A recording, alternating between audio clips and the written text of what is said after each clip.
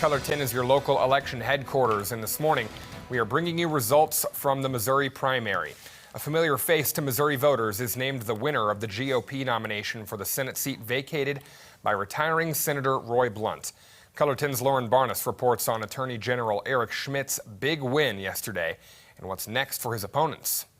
Missouri's hottest primary race going to Missouri's Attorney General Eric Schmidt for the United States Senate candidacy, the nomination for the GOP Tuesday night. Schmidt quickly leading the polls after they closed at 7 p.m. for Missourians, and congratulations rolling in from opponents like Billy Long soon after, who offered his full cooperation and endorsement going forward. Schmidt was elected as Missouri's Attorney General in 2019, serving as a state senator for Missouri for a couple years and state treasurer prior to that.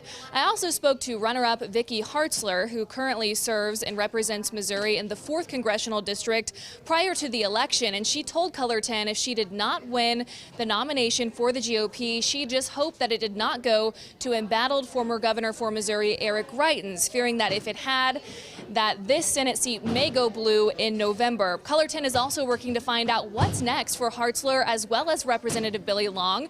Both of them jeopardized their congressional seats in order to run for this failed Missouri GOP Senate nomination. Reporting in Springfield, Lauren Barnes, Ozarks First. All right, and taking a look at the other side of things, there were 11 Democratic candidates in the Senate race, but it was down to the two frontrunners, former Marine Lucas Kuntz and Anheuser-Busch heiress Trudy Busch Valentine.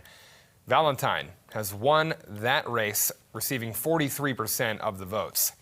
In a day where voters choose who they wanted the GOP to go to and the Democrats, Missouri now looks toward the November election. We go to KOLR10's Joshua Pineda, who breaks down the results from last night's primary.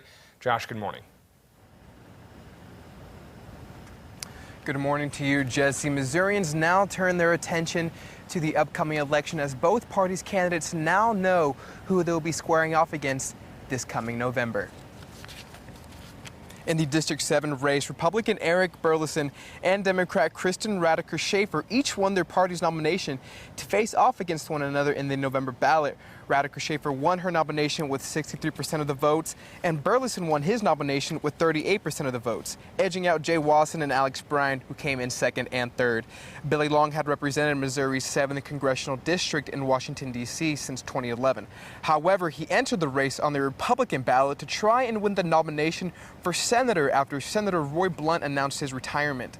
The District 7 primary winners will be on the ballot in November in hopes of representing Greene, Christian, Polk, Stone, Taney, and Lawrence counties in the U.S. House.